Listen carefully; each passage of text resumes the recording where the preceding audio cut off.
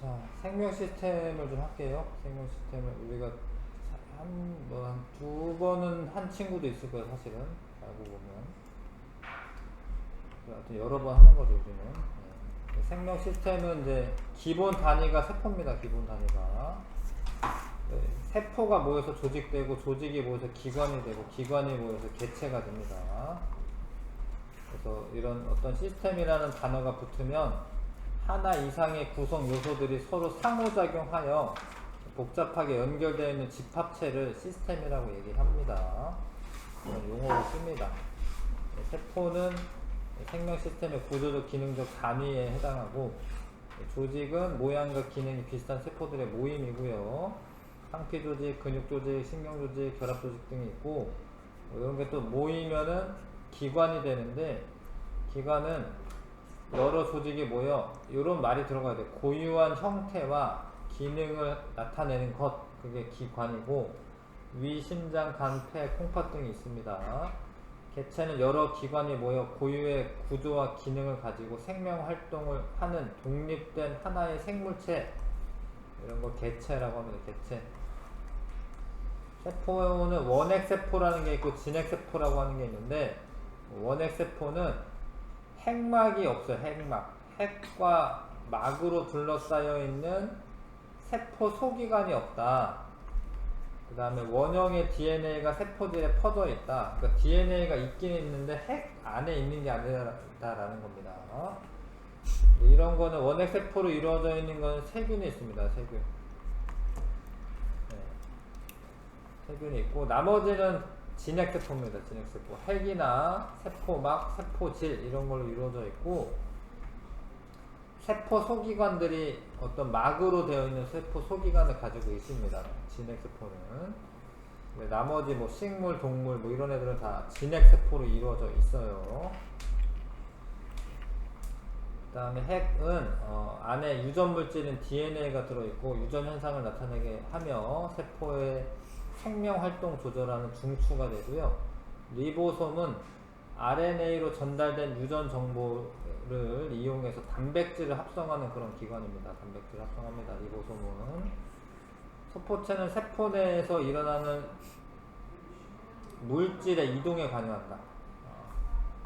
소포체는 요 핵에 좀 붙어 있어요. 그림을 좀 보기 어려운데, 아무튼 여기가 소포체입니다. 여기가 소포체. 통로 같은 역할입니다. 통로 역할을 하고요. 골지체는 핵에서 좀 떨어져 있어요. 이렇게 여러 개가 이제 겹쳐 있는 그런 모양인데, 골지체는 물질을 저장하거나 세포 바깥으로 분비하는 데 관여한다. 분비에 더 초점이 있습니다. 저장보다는. 하여튼 바깥으로 내보내는 그런 기관이고요. 미토콘드리아는 에너지를 공급합니다. 세포 호흡을 해서. 엽록체는 식물에게만 있고 광합성을 해서 빛을, 빛에너지 흡수해서 포도당을 만든다. 미토콘드리아는 식물, 동물 다 있는 거죠. 액포는 성숙한 식물 세포에서 크게 발달한다 이렇게 써져 있는데, 물이나 색소, 노폐물들을 저장합니다. 세포막은 세포를 둘러싸고 있는 막이고, 근데 막은 중요한 게 안팎의 물질의 출입을 조절한다. 세포막. 세포벽은 세포막 바깥을 둘러싸고 있고 두껍고 단단한 막이고, 세포의 모양을 유지하고요, 세포를 보호를 합니다. 그런 게 세포벽. 세포벽은 식물에게만 있죠. 물론 세균도 세포벽이 있습니다. 사실은 세균 이런 것도 세포벽이 있어요. 동물, 식물 따졌을 때는 식물에게만 있고, 액포는 동물도 있는 경우가 있어요. 가끔. 그래서 식물만 있는 거는 엽록체랑 세포벽, 이렇게 두 가지는 식물만 있습니다. 세포막을 통해서 이제 물질이 출입을 조절하는데, 세포막의 구조는 인지질 이중층이라고 하는 거랑 단백질로 되어 있습니다. 단백질. 인지질 이중층은 인지질이 이중으로 있는 층을 말하고, 거기 틈틈이 박혀있는 단백질이 있어요. 그거를 막에 있는 단백질이다라고 해서 막단백질이라고 부르기도 해요. 그냥 단백질이라고 해도 되고. 그 다음에 인지질은 이제 인산머리에 지질 꼬리가 있는데, 인산머리가 친수성이고 지질 꼬리가 소수성이야. 물이 바깥쪽에 물이 안팎으로 있기 때문에 물 쪽에 친수성 인산들이 있고요, 안쪽에 지질 꼬리가 있습니다. 이렇게 이중층을 이루어요. 이중층, 이게 막 하나야. 이게 막 두 개가 아니라 막 하나가 이중층으로 되어 있다, 이런 이야기입니다. 그 다음에 세포막은 유동성이 있어서 인지질을 움직임에 따라 단백질의 위치가 변한다. 요게 단백질이 왔다 갔다 해요. 왜냐하면 세포가 그냥 그대로 유지되고 있는 게 아니라 이렇게 막 커지기도 하고 나중에 이렇게 분열하기도 하고 뭐 이러잖아요. 그래서 유동성이 있다. 그리고 이제 유동 모자이크 구조 뭐 이런 용어를 쓸 때가 있습니다. 아무튼 이게 박혀 있는 게 아니라 이게 왔다 갔다 한다라는 거야. 그래서 단백질의 위치가 바뀐다. 세포막을 통해서 물질이 이동하는데, 확산이라고 있는 그림은 고농도에서 저농도로 이동하는 애들은 다 확산이에요. 이것도 고농도죠. 고농도에서 저농도로 이동하는 거는 확산입니다. 반대로 이동할 때는 그거는 이제 능동수송이라고 해서 에너지를 사용해서 하는 경우인데, 그거는 뭐 2학년 때 배우기 때문에 지금 일단 확산을 통해서 물질이 이동하는 걸 배우는 거고, 근데 인지질 이중층을 요게 완전히 빽빽하게 있는 건 아니고요, 요 틈으로 이렇게 지나갈 수가 있어요. 그래서 이렇게 이걸 직접 통과하는 애들이 있고, 통과 못하는 애들은 막단백질을 통해서 이동합니다. 이게 통과하는 애들은 단순확산이라고 불러요. 단순확산은 이산화탄소나 이런 거 다 외워야 됩니다. 이산화탄소, 산소, 요런 애들은 크기가 작고 극성이 없기 때문에 인지질 이중층을 바로 통과를 합니다. 이 안쪽이 무극성이어가지고 극성이 있는 애들은 통과를 잘 못해요. 크기가 작아도. 근데 얘네들은 무극성이기 때문에 인지질 이중층을 잘 통과할 수 있고, 막단백질을 통한 확산, 크기가 크거나 뭐 포도당이라던가 뭐 이런 애들 좀 크거든요. 이게 크거나 아니면 극성을 띠는 물질, 이온은 크기가 작은데 극성을 띠니까 저런 걸 잘 통과를 못해요. 그래서 통로가 필요합니다. 통로.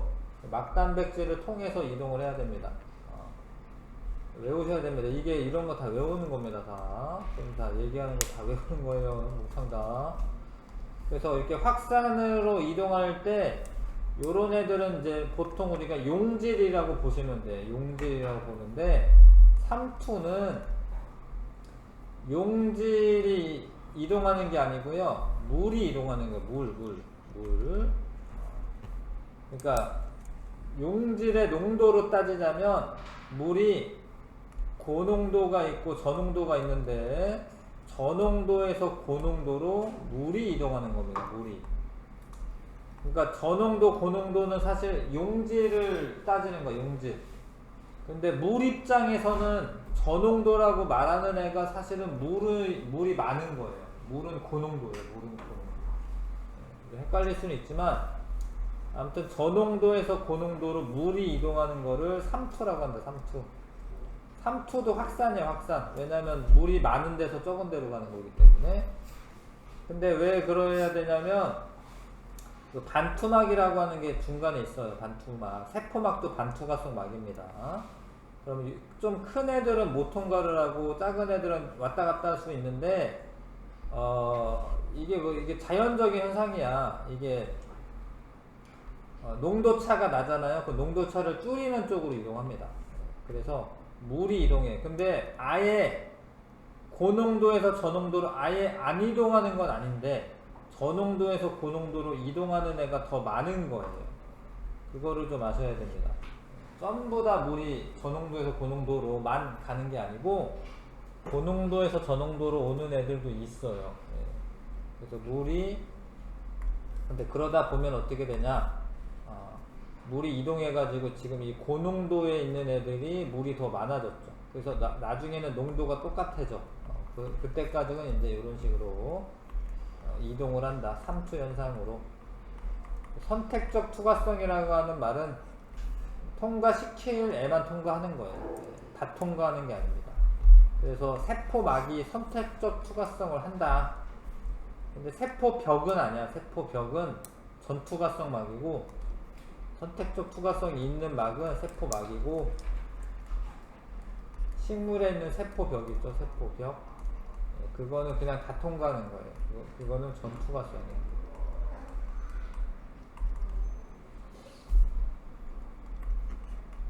자, 그래서 저장액이라고 하는 거는 저농도를 의미하는 거예요. 저농도. 이건 3투 현상인데 저농도에서 고농도로 물이 이동하니까 이 적혈구가 빵빵해진 거예요. 뚱뚱해진 거예요. 근데 등장액은 그냥 요거랑 요거랑 같은 거야. 그러면 아예 이동을 안 하는 게 아니라, 잘 봐요. 나가고 들어가는 게 똑같은 거야. 이거는 나가는 게 조금인 거야. 나가는 게 조금인 거야. 얘는 나가고 들어가는 게 같은 거고요. 고장액은 바깥쪽이 고농도야. 고농도. 나오는 게 많은 거야. 들어가는 게 조금인 거고. 그러면 쭈글쭈글해져. 근데 이게 동물 세포는 세포벽이 없기 때문에 이게 부풀다가 터질 수 있어요. 부풀다가 터지기도 한다. 근데 이제 이거 식물 세포죠. 식물 세포는 터지지는 않아. 왜냐면 세포벽이 있어서. 세포벽이 단단하게 있기 때문에 터질 정도는 아니야. 근데 빵빵해진 건 맞고요. 근데 이러면 이제 액포가 커졌죠. 물이 많이 들어왔으니까. 근데 이거는 나가고 들어가는 게 같기 때문에 등장액에서는 형태가 유지가 되고, 고장액에서는 쭈그러드는데, 쭈그러들다 보면은 세포벽하고 분리가 돼요. 세포벽과 세포막이 분리가 된다. 그런 거를 이제 원형질 분리라고도 합니다. 그런 좀 어려운 용어를 쓸 수도 있어요. 원형질 분리라고 하고, 터지는 거는 용혈 현상이다라고도 해요. 아무튼 3투는 저농도에서 고농도로 이동한다. 요거 생각하고 있으셔야 됩니다. 3투는 고농도에서 저농도, 아니 저농도에서 고농도로 물이 이동한다. 생명 시스템은 세포를 기본 단위로 하여 각 구성 요소가 상호작용하는 그런 시스템이고, 세포막의 기본 구조는 인지질에 어떤 부분은 물을 향하고 있다. 머리, 친수성 머리. 꼬리 부분은 서로 마주보고 배열되어 있는 인지질 이중층을 이루고, 확산이란 세포막을 경계로 농도차가 존재할 때 분자가 스스로 운동하여, 이게 에너지를 사용하지 않습니다. 이것도 중요한 의미가 있는데, 에너지를 사용 안 하는 거야. 확산은 자연스러운 일이기 때문에 에너지를 사용하는 경우가 있어요. 능동수동이면 에너지를 사용합니다. 거꾸로 갈 때는 농도가 높은 곳에서 낮은 곳으로 이동합니다. 그게 확산이고요. 3투란 세포막을 경계로 막을 통과하지 못하는 용질의 농도차가 존재할 때 물이 세포막을 통해 확산되는 현상이다. 그걸 3투라고 합니다. 3투. 자, 리보솜이 하는 역할은 단백질 합성이고요. 엽록체가 하는 역할은 광합성에서 포도당 공급하는 거고, 미토콘드리아는 세포 호흡을 통해서 에너지를 공급하고, 세포막은 물질의 출입을 조절한다. 이렇게 하시면 되죠. 단답형 한번 밑에 있는 거 풀어봐 주시고. 네.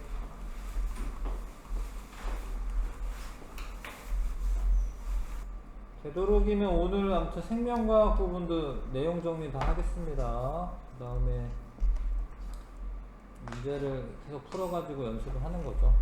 내공인이랑 프린트랑 풀면서 기말 때까지 완성을 하죠.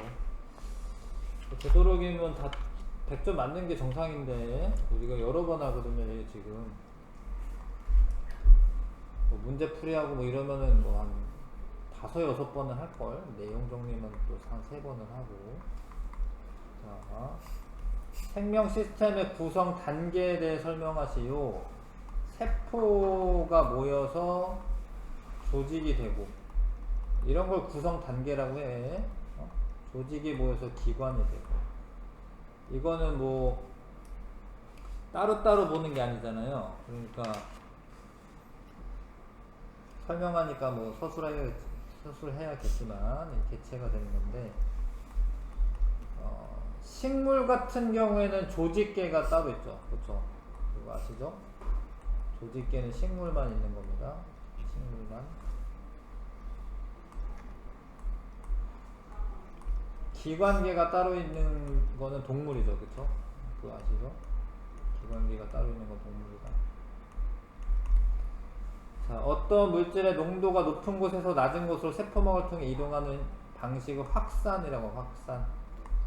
안팎의 농도차가 감소하게 된다. 확산이 일어나면 감소한다 이거지.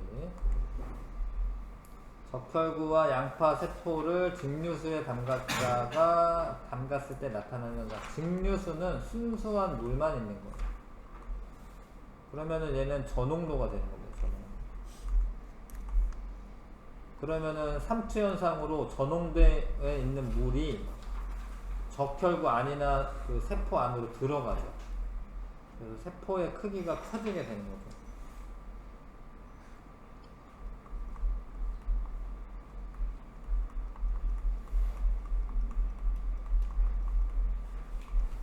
쓰시고, 근데 밑에 보면 이제 동물 세포 따로따로 설명해야 되는데 다 써야 되는구나.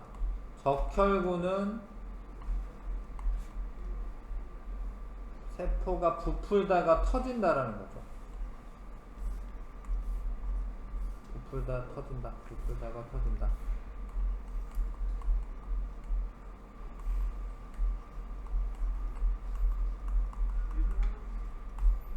근데 양파 세포는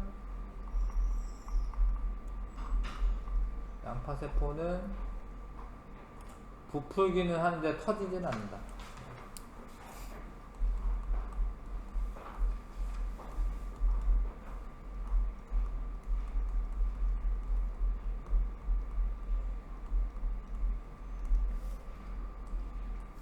적어놔 주시고, 자, 세포에 대한 설명 옳지 않은 거. 생명 시스템의 기본 단위고요. 모든 생물은 세포로 이루어져 있다. 맞는 이야기입니다. 바이러스는 세포로 이루어져 있지 않아서 사실 생물이라고 좀 취급을 안 합니다. 사실은 생물과 무생물의 중간 정도 형태고, 세포막에 있는 세포막에 의해 안과 밖이 구분이 되고요. 독립된 시스템으로 외부와 상호작용하지 않는다. 틀렸죠?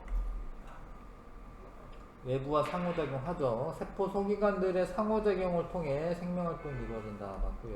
유지된다. 맞고요. 동물 세포와 식물 세포에 공통적으로 존재하는 세포 소기관은 핵, 엽록체 아니고 세포벽 아니고 미토콘드리아. 이렇게 기억, 리을 2번. 다 2번. 그쵸? 자, 물질대사와 효소. 물질대사는 생명체 내에 물질이 분해되거나 합성되는 모든 화학반응, 이런 거 다 외우는 겁니다. 물질대사는 생명체 내에서의 화학반응, 물질대사. 화학반응이라고 하는 거는 뭐 새로운 물질이 만들어지는 그런 반응이죠. 근데 분해해서 만들 수도 있고 합성해서 만들 수도 있는 거예요. 분해하면은 이화작용이라고 하고, 합성하면 동화작용이 되는 거예요.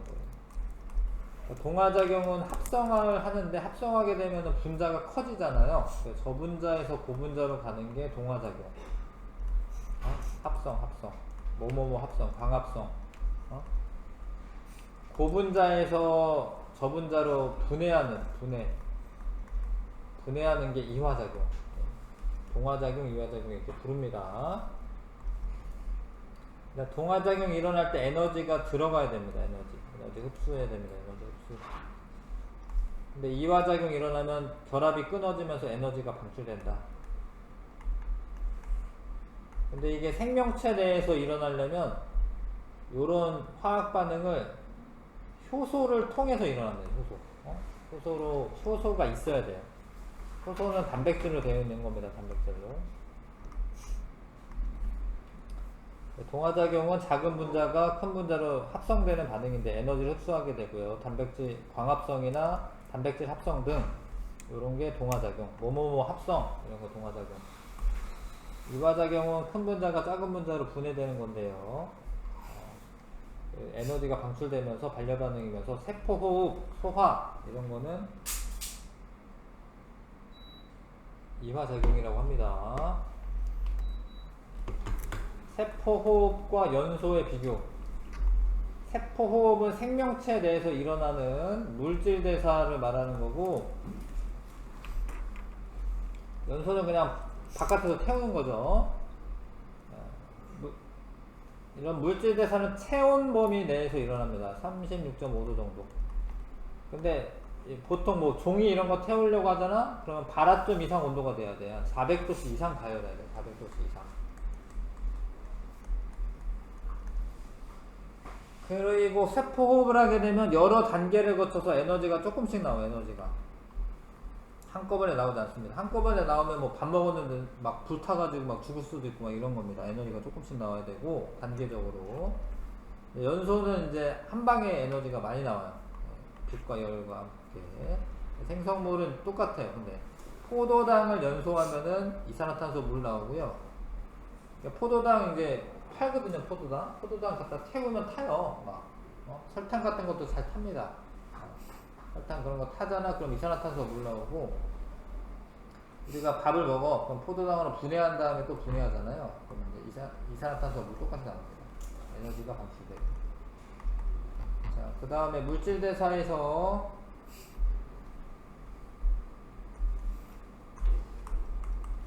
자, 동화작용은 잘 봐요. 반응물보다 생성물의 에너지가 높아서, 에너지가 이렇게 높아지려면 이만큼의 에너지를 어떻게 해야 되냐면 흡수를 해야 된다. 동화작용은 이 그림 아셔야 됩니다.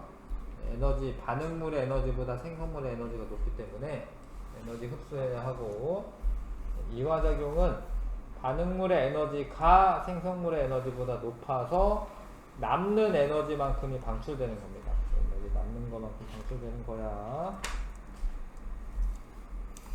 이해하시죠? 네.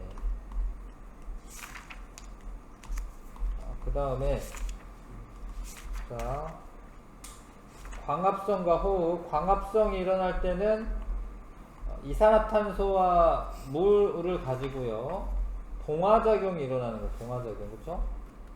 동화작용이 일어나는 거고, 이때 에너지를, 빛에너지를 흡수를 해요. 빛에너지를 이용해서 포도당은 화학에너지 형태를 바꾸는 거죠. 빛에너지를 화학에너지를 바꾸는 거죠.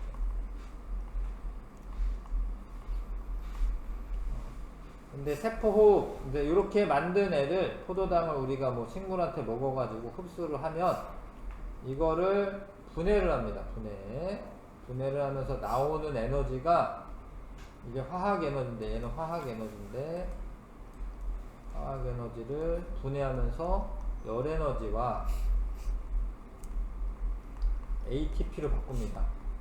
ATP가 화학에너지인 거예요. 화학에너지. ATP가 엄청 중요한 물질인데, ATP를 가지고 있다가 얘를 ADP로 분해하면서 에너지가 나와요. 이때. 그러니까 ATP를 가지고 있다가 내가 필요할 때마다 ATP를 바꾸면서 쓰는 거예요. ATP가 없으면 죽어요. ATP라는 물질을 안 만들고 있잖아. 그러면 사람이 죽습니다. 근데 이때 ATP만 나오는 건 아니고 열에너지도 나옵니다. 얘가 포도당이 열에너지와 ATP로 에너지가 전환되는 거죠. 그게 세포호흡이다. 봅시다. 그 다음에 효소. 효소는 이제 그 물질 대사가 일어날 때 그 반응이 빨리 일어날 수 있도록 하는 물질인데, 원래 화학 반응이 일어날 때는 활성화 에너지라고 하는 게 있어서 그 에너지만큼은 줘야 돼요. 그러니까 원래 반응물보다 생성물이 더 안정해. 지금 안정하면은 원래 이렇게 가는 게 정상적인데, 활성화 에너지가 있으니까 안 가는 거예요. 이거를 넘어서 가야 돼. 넘어서 가야 됩니다. 그러니까 종이랑 산소랑 있으면 타야 되는데 안 타고 있잖아요. 근데 활성화 에너지를 안 넘어가고 있기 때문에 안 타는 거야. 그래서 활성화 에너지는 화학 반응이 일어나기 위해 필요한 최소한의 에너지를 말하고 요만큼이죠, 요만큼. 중요한데 이거 봐봐요. 이게 만약에 이거는 지금 발열 반응입니다. 발열 반응.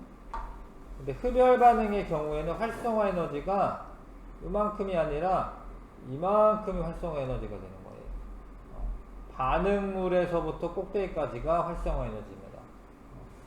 반응물에서부터 꼭대기까지. 생성물에서부터 꼭대기까지가 아니야. 요 경우에는 여기가 활성화 에너지가 되는 거예요.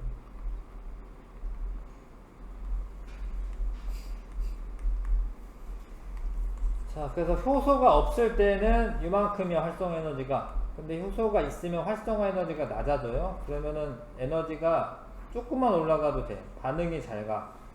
반응이 잘 가는 거죠, 이렇게. 효소가 있으면. 그래서 활성화 에너지를 감소시켜 반응 속도를 증가시킨다. 뭐 요런 물질들을 우리가 촉매라고 합니다. 촉매. 좀 더 정확하게는 정촉매인데, 정촉매. 정촉매는 활성화 에너지를 낮추는 거고요. 활성화 에너지 낮추는 거고, 부촉매는 활성화 에너지를 높이는 겁니다.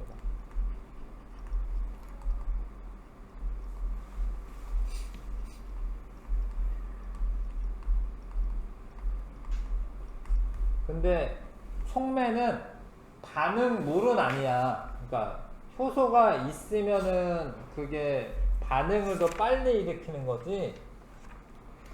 효소 때문에 뭐 반응물의 양이 많아진다던가 뭐 생성물의 양이 많아진다던가 이런 건 아니에요. 아무튼 효소가 있을 때 반응 속도가 빨라지는 겁니다. 속도가. 근데 반응열이라고 하는 거는 반응물과 생성물의 에너지 차이야. 그러니까 이게 효소가 있건 없건 상관이 없어요. 이건 효소의 유무에 관계없이 일정한 값입니다. 반응물이 생성물이 될 때 에너지 차이 값은 효소랑은 상관없습니다. 촉매는 활성화 에너지 변화시켜서 반응 속도에 영향을 주는 건데 보통은 이제 반응 속도를 빠르게 하는 거죠.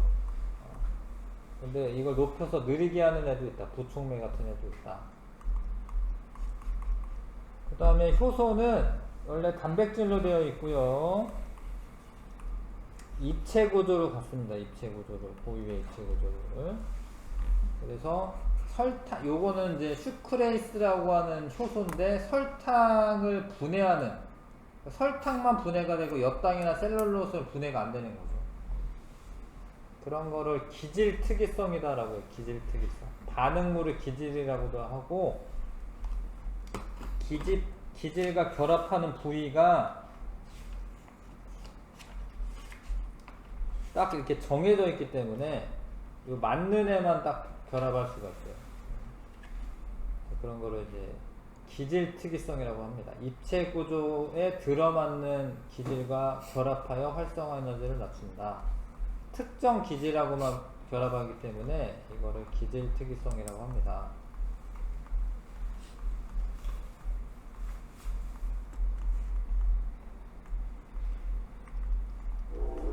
자, 그래서 효소는 뭐 연육제, 단백질 같은 거 뭐 연하게 하는 거, 단백질 분해 효소, 식혜, 엿기름에 들어있는 식혜 만드는 효소, 그 다음에 발효식품 만들 때도 쓰이고요.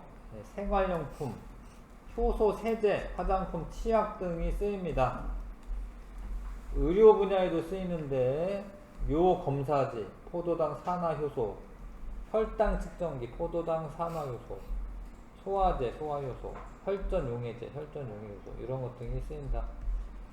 환경 분야에서 바이오에너지 생산하거나 오염물질 분해할 때도 쓰이고, 산업 분야에서 뭐 술 만들 때 뭐 유전자 제조합 기술 분야 이런 데도 효소가 쓰인다. 여러 가지 효소 식품들이 있다. 발효식품이구나. 발효식품들이 있다.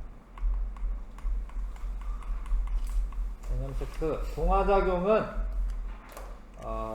작은 분자 물질이 큰 분자 물질로 합성되는 것이고요. 이화작용은 큰 분자 물질이 작은 분자 물질로 분해되는 것입니다. 세포호흡은 이화작용, 분해하는 거지. 세포호흡 분해하는 거. 광합성은 합성하는 거. 동화작용. 동화작용은 합성을 하게 되면 에너지가 높아져요. 흡수해서 에너지가 높아지는 흡열 반응이고요. 이화작용은 분해합니다. 분해해서 에너지를 방출하는 발열 반응이다. 효소의 주성분은 단백질로 되어 있고 화학 반응의 활성화 에너지를 낮추어 반응 속도를 빠르게 하는 그런 물질이고, 물질 대사란 생명체 내의 화학 반응을 의미하고, 세포 호흡이 일어나면 포도당의 에너지를 ATP로 저장하고요. 활성화 에너지, 반응에 필요한 최소한의 에너지가 활성화 에너지고, 효소, 활성화 에너지를 낮추는 생체 촉매를 의미한다. 생체 촉매가 효소다. 단답형 문제 풀어보시고, 자, 읽어두세요. 자, 큰 분자 물질을 작은 분자 물질로 분해한다. 이화작용. 에너지가 방출되면 발열 반응이 일어납니다. 방출되는 에너지가 발열 반응이 일어납니다. 이화작용은 생명체 내에서 물질이 분해되거나 합성되는 모든 화학 반응을 물질 대사라고 한다. 특정 요소는 특정 기질과만 반응하는데 이와 같은 특징 무엇이라고 하냐? 기질 특이성이라고 합니다. 기질 특이성.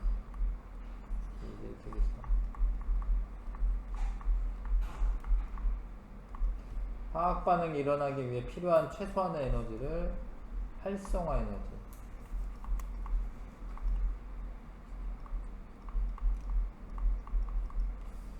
광합성과 세포호흡에 대한 설명 옳지 않은 거. 광합성은 흡열 반응이야 빛 에너지를 흡수하죠. 광합성은 동화작용입니다. 뭐뭐 합성하는 애들은 동화작용이에요. 이화작용 아니고. 세포호흡은 에너지가 방출되는 반응이고요. 세포호흡은 큰 분자를 작게 분해하는 반응이다. 맞고요. 광합성과 세포호흡은 모두 효소가 적용되는 것 같습니다. 효소가 작용하면 물질대사 속도가 빨라지는 거고, 물질대사에 직접 사용되는 반응물은 아니고, 효소는 세포 밖에서도 촉매 기능을 수행할 수 있다. 이거 맞아. 이게 뭐 식혜 같은 거 만들 때 뭐 생명체 바깥에서 하는 거잖아. 아무튼 효소는 세포 밖에서도 촉매 기능을 수행할 수 있습니다. 물질 대사에 필요한 활성화 에너지를 낮춰주는 거고, 동화작용에는 효소가 사용되지만 이화작용에 효소가 사용되지 않는다. 틀렸죠? 3번이고요.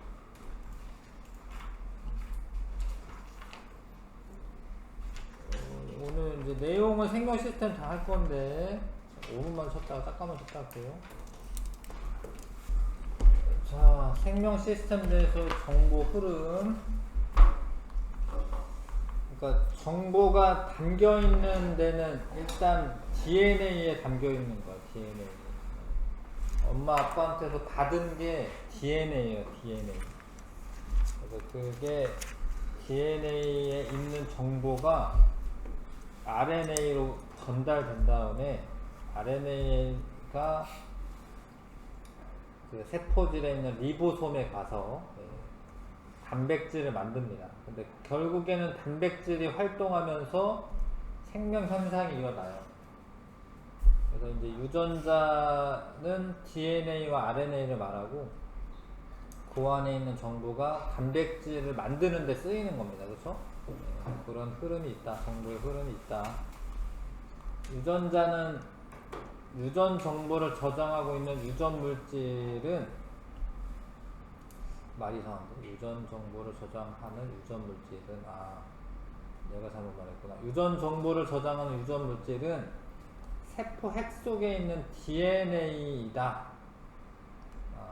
그런데 DNA의 유전 정보가 저장되어 있는 부분을 유전자라고 한다. DNA가 엄청 길어. 근데 유전 정보가 저장이 되어 있는 부분이 유전자예요. 요 부분, 요 부분. 그럼 저장이 안 돼 있는 애도 있어요. 저장이 안 되어 있는 부분도 있습니다. 거기에는 단백질로 발현 안 되는 부분도 있어. 그래서 유전자는 특정 부분들을 말하는 거고, 다 합치면은 이제 DNA인 거고, 그래서 DNA가 좀 더 큰 범위야, 유전자보다는. 유전자는 DNA의 일부예요, 일부. 유전 정보가 담겨 있는 부분. 근데 DNA보다는 염색체, 왜냐면 DNA랑 단백질이 모여서 염색체가 되는 거기 때문에 뭐 요런 이제 크기 차이가 있어요. 똑같은 게 아니라 염색체 DNA 유전자 요 순으로 염색체가 좀 더 큰 겁니다. 유전자에 들어있는 정보는 단백질과 RNA 합성에 관한 정보이다. 단백질 합성에 관한 정보 또는 RNA 합성에 관한 정보가 들어있습니다. DNA는 단백질과 결합하고 있으며 분열하는 세포에서 응축되어 염색체가 된다. 이런 거 아시죠? 이게 단백질, 히스톤 단백질이랑 결합을 하고 있습니다. 하나의 유전자는 DNA의 특정 부분에 위치하며 DNA 이중 나선 가닥 중 한쪽 가닥에만 있는 유전 정보가 가닥에만 의미 있는 유전 정보가 저장되어 있다. 그럼 문장들을 다 읽어두셔야 되는데 왜 그러냐면 하여튼 요게 이제 지문으로 나오니까. 근데 왜 한쪽 가닥에만 의미 있는 유전 정보가 저장되어 있냐면 뒤쪽에 배우겠지만 우리가 두형 가닥이라고 해서 이 두 가닥 중에 하나만 그 RNA로 전사가 됩니다. 그래서 지금 RNA가 ACC-AA로 갔잖아요. 그러면 여기 있는 애를 전사를 한 거예요. 이게 얘가 주형이 된 거예요. 주형 가닥이 되는 거예요. 두 개 중에 이거를 발현하는 게 아니라 얘를 발현하는 거죠. 그러니까 하나만 의미 있는 유전 정보가 기록되어 있다. 뭐 이런 문장이 맞는 거죠, 그렇죠?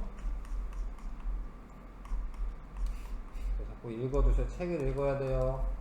각 유전자에는 단백질 또는 RNA에 대한 정보가 저장된다. 사실 주로 단백질이고 주로 단백질이고 RNA도 있어요. RNA에 관한 정보도 저장되어 있습니다.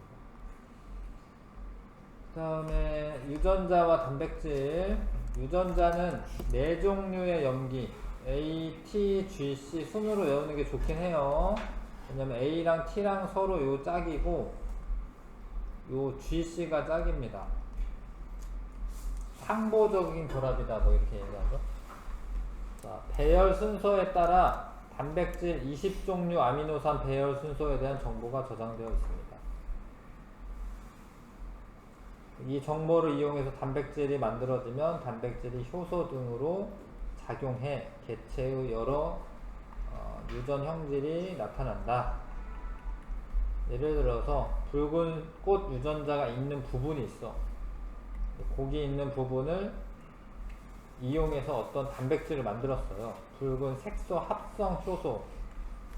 그러면 이 효소가 붉은색 색소를 만드는 일을 하는 거야. 얘가 형질이 붉은색 형질이 나타나는 거죠. 이해하시죠? 그래서 이 유전자가 붉은색 합성 효소를 만드는 단백질.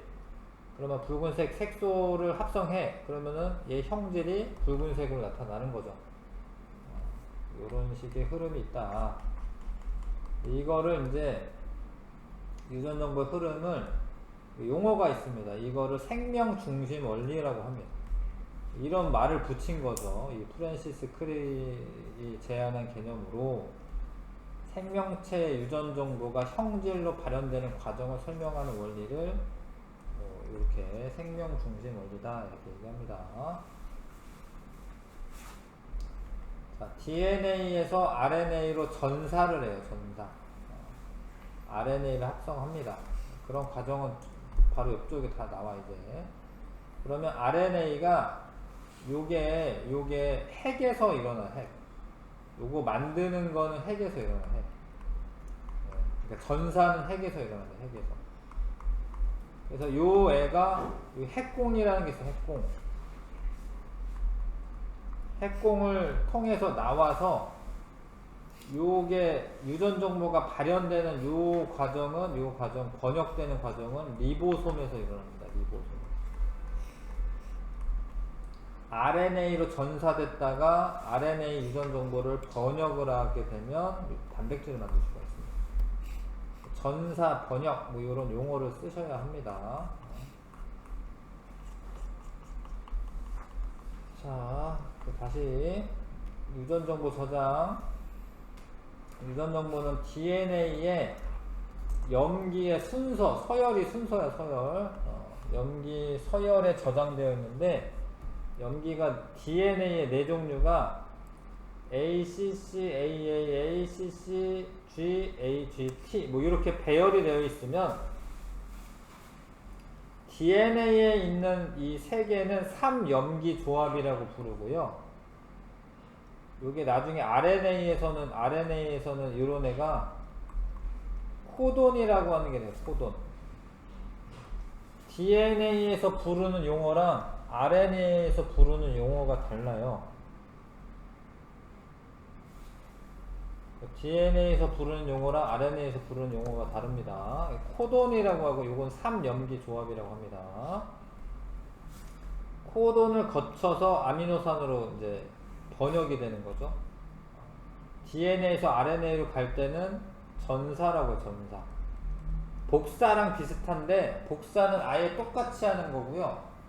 전사는 상보적인 염기로 바꾸는 거예요. 근데 상보적인 염기가 뭐 상호 보완 쪽이다 뭐 이런 뜻 같아. 책에 상보적이다 이렇게 나와.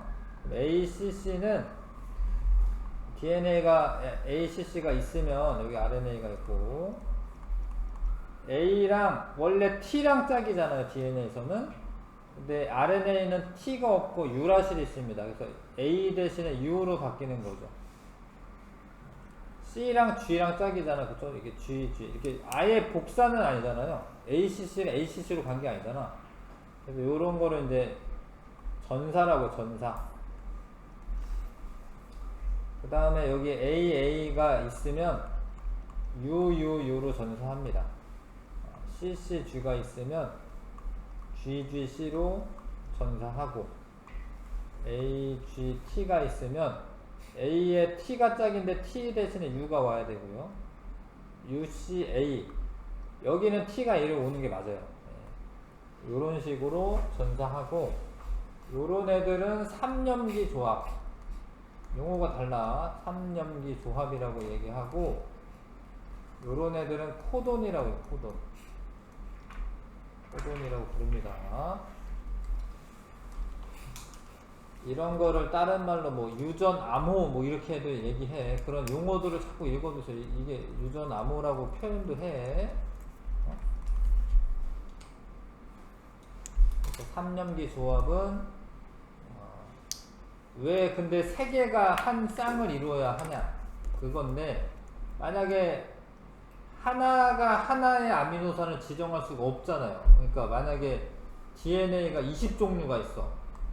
그러면 아미노산 20종류를 다 지정하면 되지.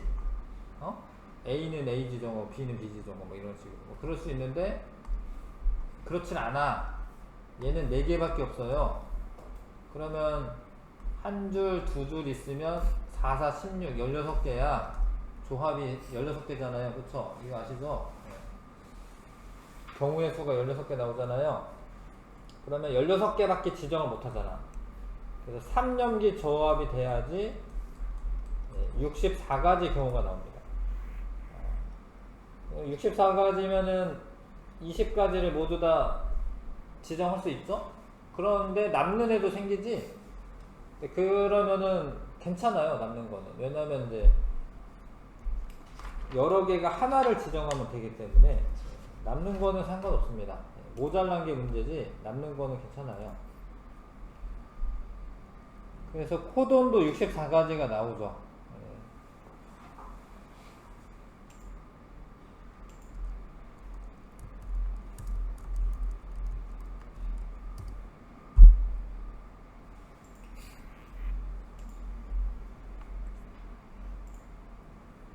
코돈도 64가지가 나옵니다. 그러니까 UUC는 페닐알라닌이라고 하는 아미노산을 붙이는 거고, UUA, UUG 여기까지 전부 다 6개. 이거는 다 류신을 붙이는 거예요.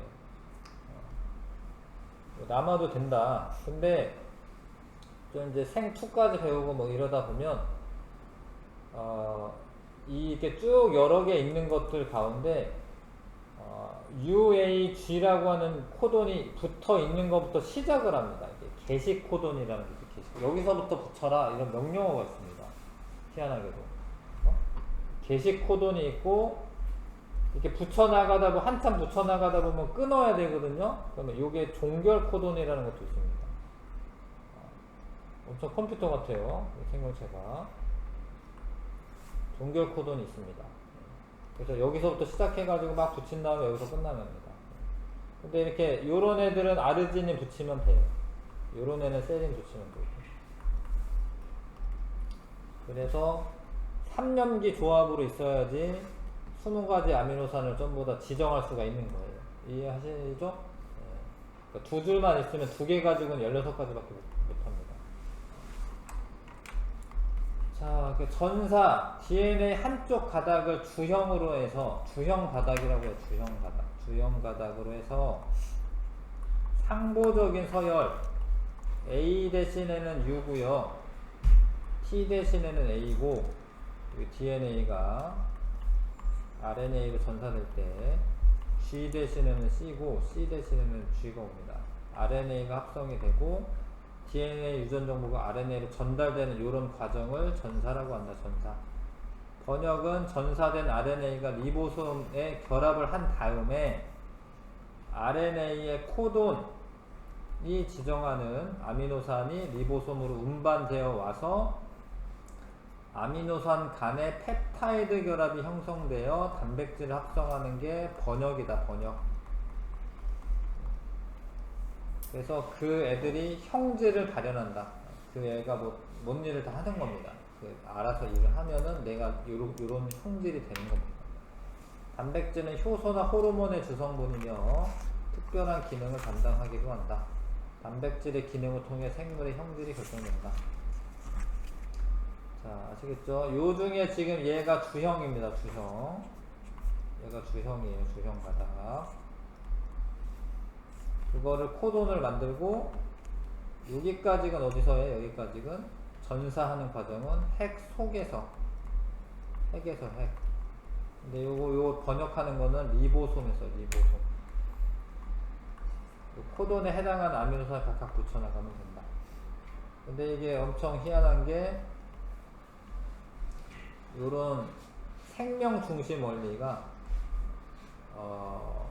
사람도 마찬가지고 세균도 마찬가지라는 거예요.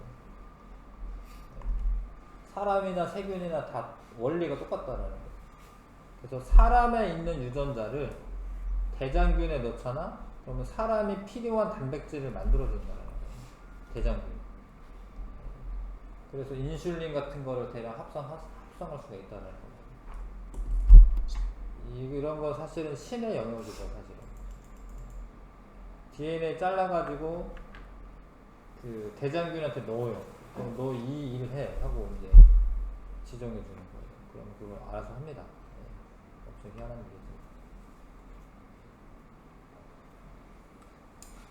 일이죠. 그런데 이제 그렇다라는 거는 아마도 모든 생명체가 공통 조상으로부터 진화했을 거다. 이렇게 생각할 수 있는 거죠. 동일한 유전암호 체계를 갖고 있으니까 이런 게 다 똑같다라는 거죠. 다른 행성에서 생명체가 있으면 어떻게 될지 잘 모르겠어요. 사실은 이렇게 똑같아 될지는. 자, 모모는 유전정보 저장하는 물질 DNA, 그 다음에 유전정보를 이용해 단백질 합성에 관여하는 물질은 RNA고요.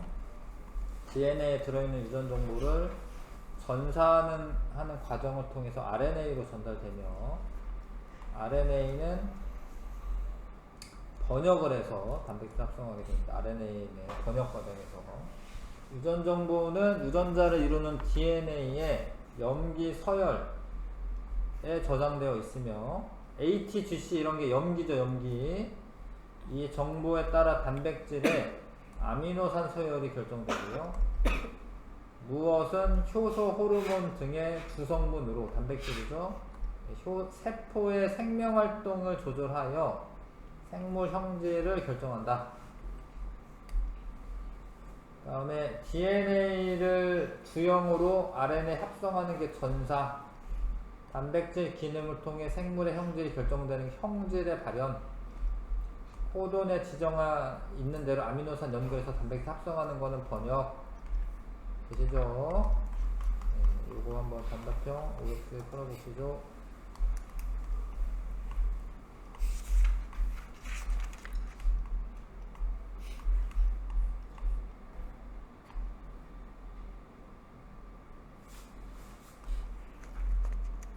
자, DNA 한쪽 가닥을 주형으로 상보적인 서열을 갖는 RNA가 합성되는 과정은 전사.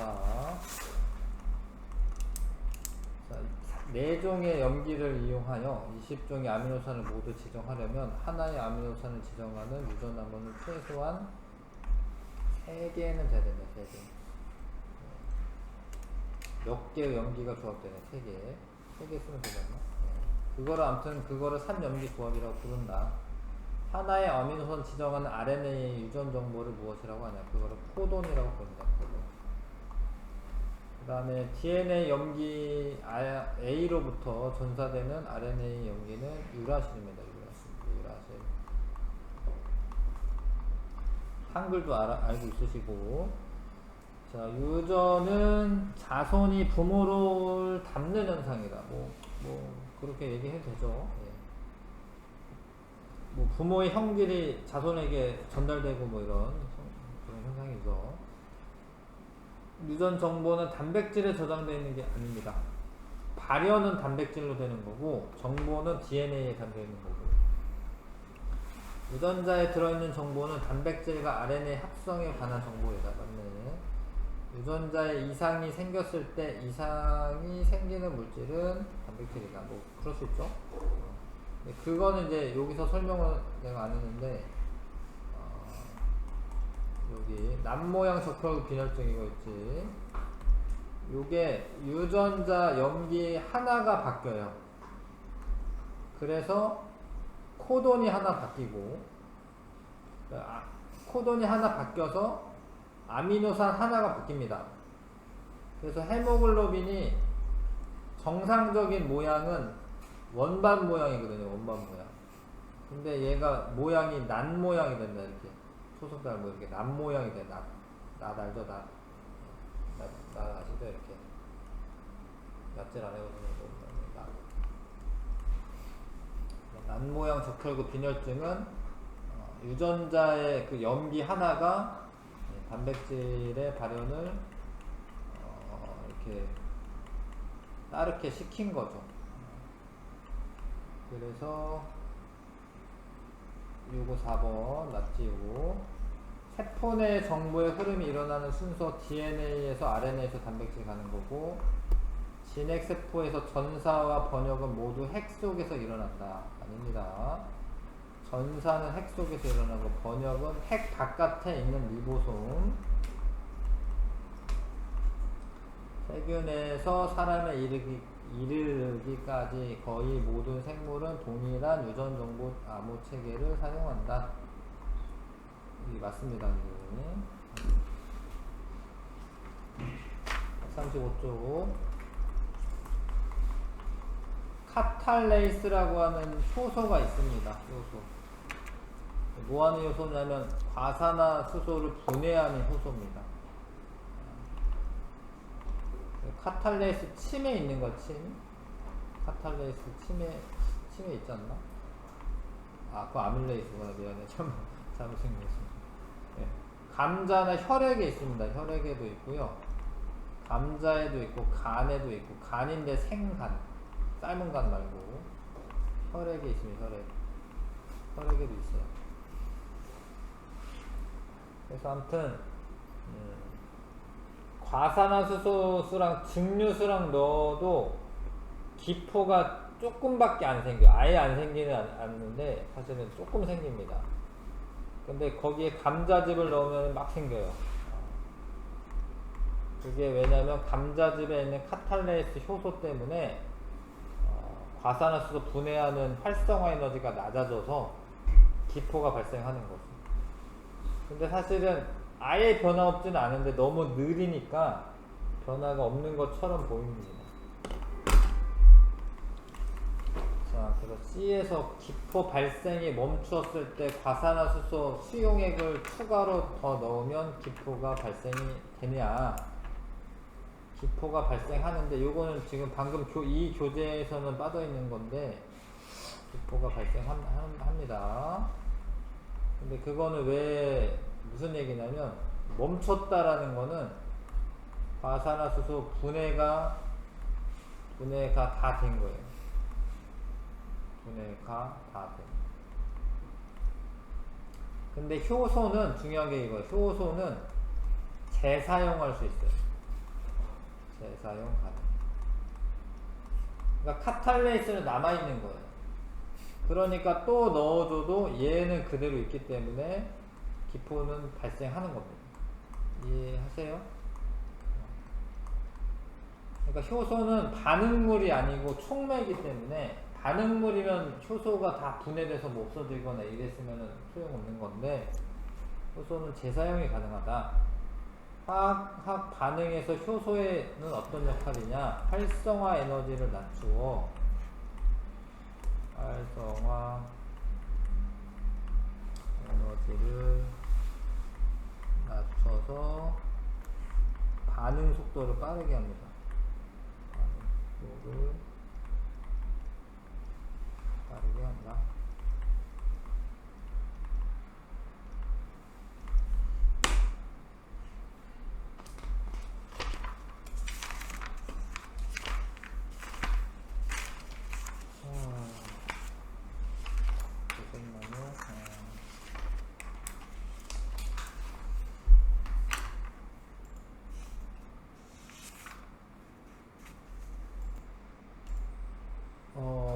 탄소화합물은 탄소가 일단은 비금속이잖아요. 비금속입니다. 그리고 이제 원자과 전자가 4개가 원자과 전자가 있죠. 그래서 요런 애들도 비금속이거든요. 비금속. 그래서 이 비금속하고 비금속이 공유결합을 하여 만들어진 화합물이에요. 근데 탄소를 골격으로 합니다. 탄소를. 탄소 화합물의 기본 골격은 탄소입니다. 탄소. 탄소는 원자과 전자가 4개가 있기 때문에 8개가 되려면 옥텟 규칙 만족해야 되잖아요. 그럼 결합을 4개를 해야 돼요. 하나, 둘, 셋, 넷. 근데 총 3개의 원자와 결합해서 한쪽은 이중결합을 이렇게 할 수도 있어요. 어찌됐건 하나, 둘, 셋, 4개를 하는 거는 맞아요. 3중결합 할 수도 있습니다. 하나, 둘, 셋, 넷. 공유결합 하나 할 때마다 전자가 하나씩 같이 공유를 하니까 총 4개의 공유결합을 하셔야 됩니다. 근데 사슬 모양은 쭉 연결된 게 사슬이고, 원래 사슬이 이렇게 쭉 연결된 걸 사슬이라고 해. 쇠사슬. 사슬. 근데 가다가 이렇게 가지 달린 모양도 가능하고요. 요 끄트머리가 이렇게 연결되면 고리 모양도 됩니다. 고리 모양. 그래서 여러 가지 골격을 만들 수가 있고요. 생명체를 구성하는 탄소화합물은 탄수화물, 뭐 중성지방, 인지질, 단백질, 핵산 뭐 이런 물질들이 있는데 탄수화물 같은 경우에 녹말을 만들려면 녹말이 다당류입니다. 다당류. 포도당이라고 하는 이런 단위체가 이 단위체가 여러 개가 결합을 된 걸 그런 걸 중합반응이라고 중합반응을 하여 녹말 만들 수 있어요. 근데 그냥 이당류도 있죠. 이당류. 당 2개만 연결된 것도 있고 단당류도 있고. 그 다음에 중성지방과 인지질. 중성지방은 글리세롤과 지방산 3개, 이거 3개. 결합해서 만들어진 게 중성지방이고, 인지질은 아까 말한 것처럼 인산 머리에 지질 꼬리가 있는 게 인지질인데, 요게 이제 지질에 해당하죠. 요거 둘 다 합쳐서 지질에 해당합니다. 지질. 그래서 인지질이 세포막을 구성하고 있습니다. 인지질이 세포막 구성하고, 단백질은 단위체가 아미노산이며, 요 하나하나를 단위체라고 하죠. 이들이 결합할 때 펩타이드 결합을 합니다. 펩타이드 결합 이름이 펩타이드 결합이야. 펩타이드 결합하여 다양한 입체 구조를 만든다. 핵산의 단위체는 뉴클레오타이드이고, 이들이 결합하여 DNA와 RNA를 만드는데, 뉴클레오타이드는 인산, 당, 염기가 결합되어 있는 화합물이고요. 이 염기가 전체적으로 따지면 5종류고, DNA 4종류, RNA 4종류 이렇게 있죠. 염기가 AT, GC, U 이렇게 5종류가 있습니다. 이해하시죠? 그러니까 요런 거 하나하나를 단위체라고 하고, 이게 쭉 연결된 중합체 형태로 존재하는 애들은 녹말, 단백질, DNA 등은 그런 식으로 결합하는 거예요. 단위체가 결합해가지고 하나의 커다란 고분자 화합물을 만드는 겁니다. 근데 이렇게 결합할 때 물이 빠져나와요. 물이 빠져나오거든요. 물이 빠져나와서 탈수 축합 반응 이렇게 얘기도 합니다. 개념 체크에 탄소부터니까, 탄소 원자로 이루어진 기본 골격은 사슬 모양도 있고, 가지 달린 모양도 있고, 고리 모양도 있다. 생명체를 구성하는 물질은 탄소를 중심으로 기본 단위체가 만들어진 후 이 단위체가 다양한 형태로 결합하여 근데 사실 여기는 탄수화물 쓰는 것보다는 녹말 쓰는 게 나아요. 왜냐면 탄수화물에는 포도당도 들어가기 때문에 녹말이나 탄수화물 써도 뭐 되게 큰 건 아닌데, 단백질이나 중성지방, 인지질 이런 거는 단위체가 들어가는 건 아닌데,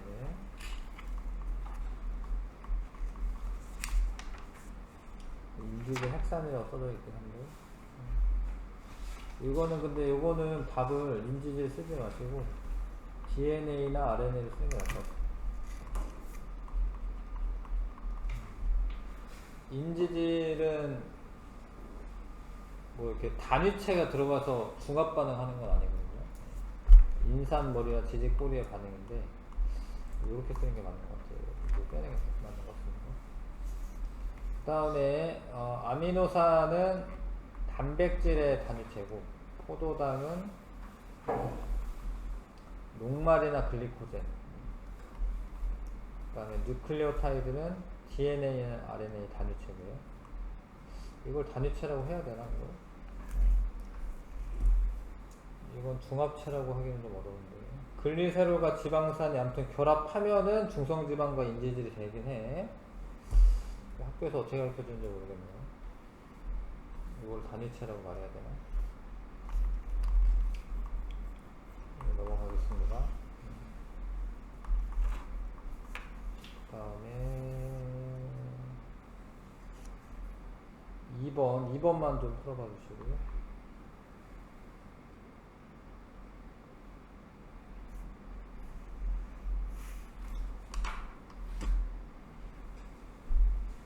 (1번도) 필요한 문장이 있구나. 아무튼 2번 풀어봐 주시고,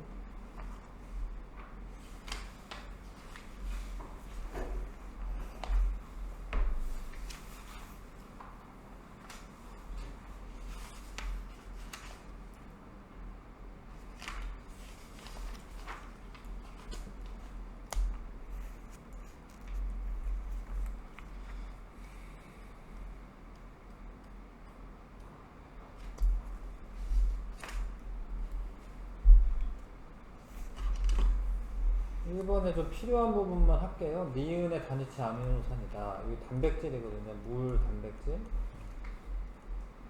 아미노산 맞죠? 니은은 산소를 골격을 하는 화합물이다. 단백질도 탄소를 공격을 해요. 탄소를 골격을 하고 단위체가 결합하여 니은이 형성될 때 물이 생성이 됩니다. 펩타이드 결합할 때 물이 빠져나옵니다.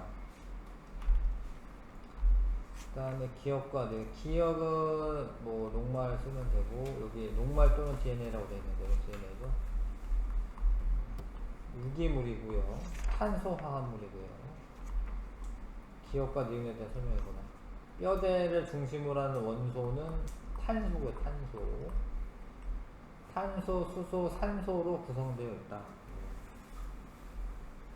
맞는 이야기고, 근데 DNA에는 탄소, 수소, 산소 외에 질소, 인까지 포함하고 있고요. 녹말은 탄소, 수소, 산소로 되어 있습니다. 중심 원소는 사슬 모양과 고리 모양 기본 골격을 모두 만들 수 있다. 뭐 그럴 수 있죠. 산소는 그래서 단백질은 크고 복잡한 물질로 다양한 입체 구조를 형성하며 우리 몸의 여러가지 기능을 수행한다. 단백질의 단위체는 아미노산이고, 아미노산 20가지가 있고, 아미노산의 기본 골격은 중심 탄소에 카르복시산과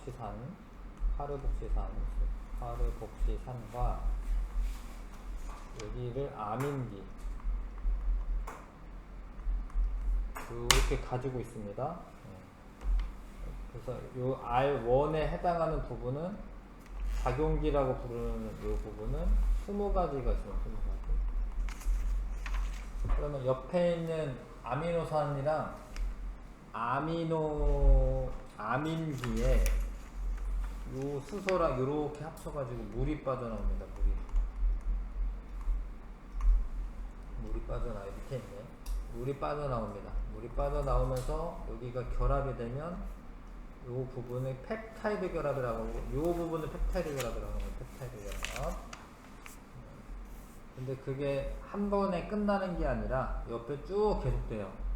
쭉. 또 다른 애가 오고, 또 다른 애가 오고. 그래서 엄청 고분자 물질이 만들어집니다. 근데 그거를 연결된 거 자체만은 폴리펩타이드라고 해요. 폴리펩타이드. 근데 그게 잘 꼬여서 입체 구조가 나타나면 단백질이라고 합니다. 이해하시죠? 그리고 만약에 아미노산 3개를 붙이면 펩타이드 결합 2개 하니까 물은 2분자 빠져나온 겁니다. 아시죠? 그래서 요 단위체가 20가지밖에 없지만 조합을 어떻게 하느냐에 따라서 수만 개의 단백질이 만들어지는 거예요. 수만 개의 단백질이 있습니다. 근데 그 단백질마다 입체 구조가 다 달라서 하는 일도 다릅니다.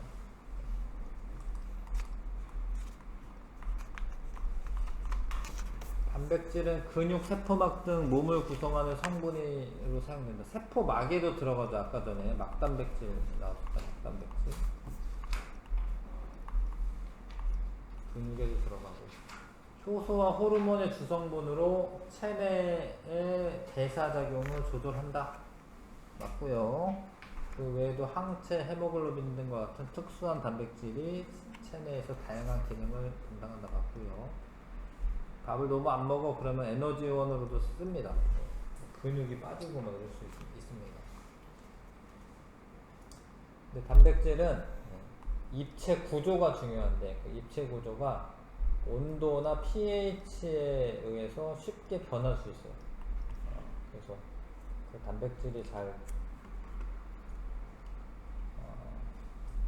활동할 수 있는 그 온도나 pH 조건을 만족을 해야 됩니다. 그래서 펩신 이런 애들은 이런 거는 pH가 되게 낮은 요런 데서 정상적으로 작동하는 거예요. 염산이 많은 상황. 왜냐면 이제 제 입체 구조는 이 산성용액에서만 입체 구조 형태가 유지가 되는 거죠. 온도는 물론 채울 온도가 돼야 되고, 핵산에는 DNA와 RNA가 있고요. 핵산이라는 게 원래 핵 안에서 발견되는 산성 물질, 뭐 이런 의미인데, DNA와 RNA가 있고, 핵산의 단위체는 뉴클레오타이드고, 인산당 염기가 1대1대1 결합으로 되어 있고, 당의 종류가 디옥시리보스라는 당과 리보스라는 당이 있는 거예요. DNA는 디옥시리보스가 되어 있고요. RNA는 리보스로 되어 있습니다. 염기는 ATGC인데 얘는 AUGC로 되어 있고,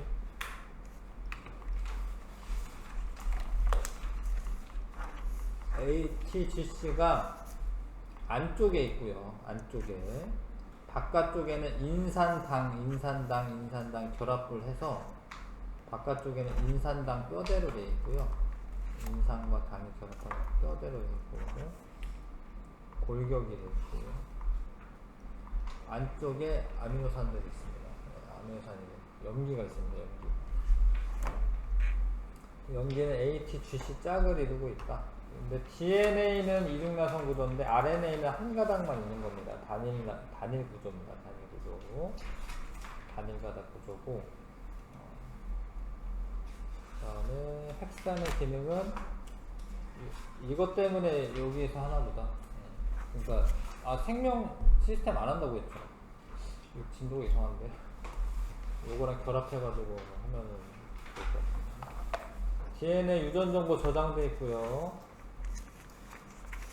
이거 방금 설명한 게 도움이 되긴 하네.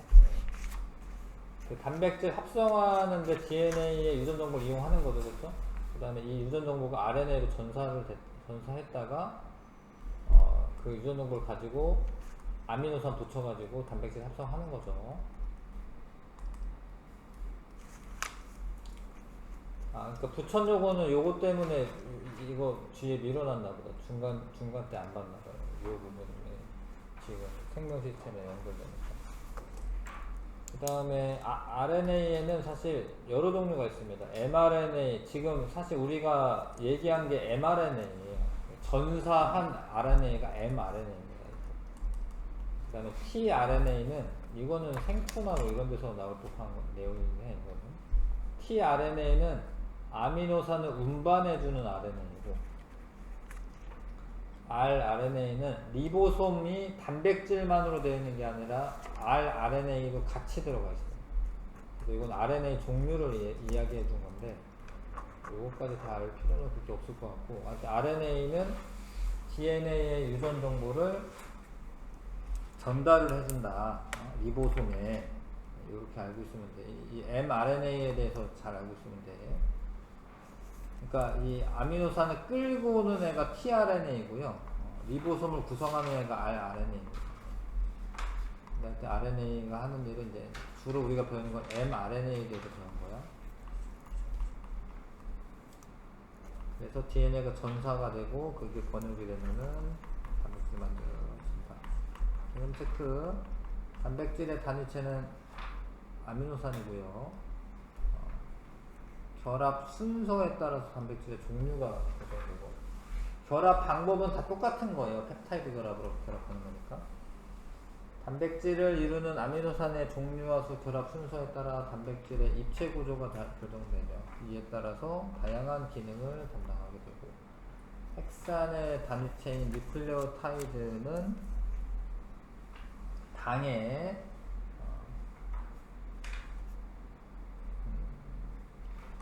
인산과 염기가 결합한 형태를 띠는데, 그 DNA의 당은 디옥시리보스고 RNA의 당은 리보스고요.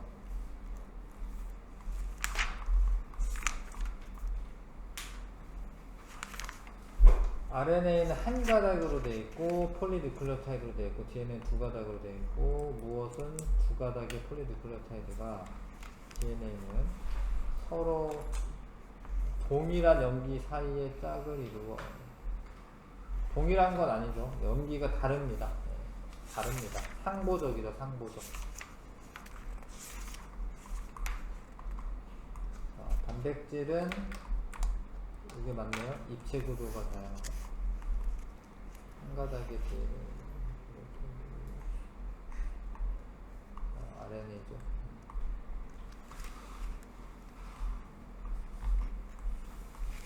이거 다 DNA죠. 연결하시면 되고요.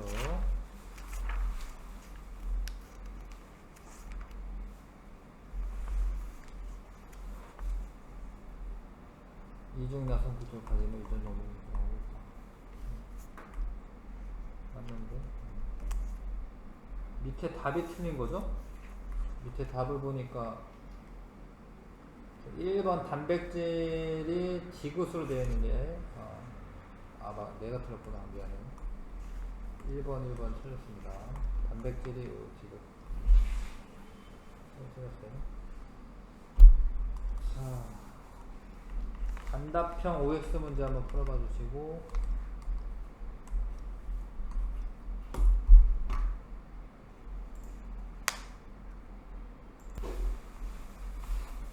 아미노산과 아미노산 사이 결합 펩타이드 결합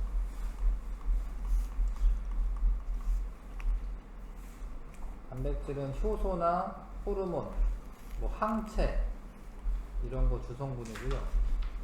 핵산 단위체 뉴클레오타이드는 인산당 염기.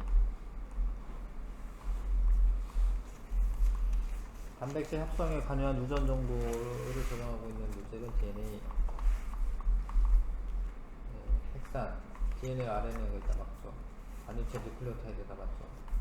RNA는 단위가로 DNA 이름과 가지다 맞죠? 뉴클레오타이드 구성하는 당의 종류 4가지다. 이렇게만 써있으면은 이제 5가지라고 하셔야 되고요. 그러니까 DNA의 뉴클레오타이드를 구성하는 당의 종류는 4가지다. 뭐 이런 식으로 쓰면 4가지고요. 체내 단백질 합성에는 DNA와 RNA가 모두 관여한다. 그렇죠.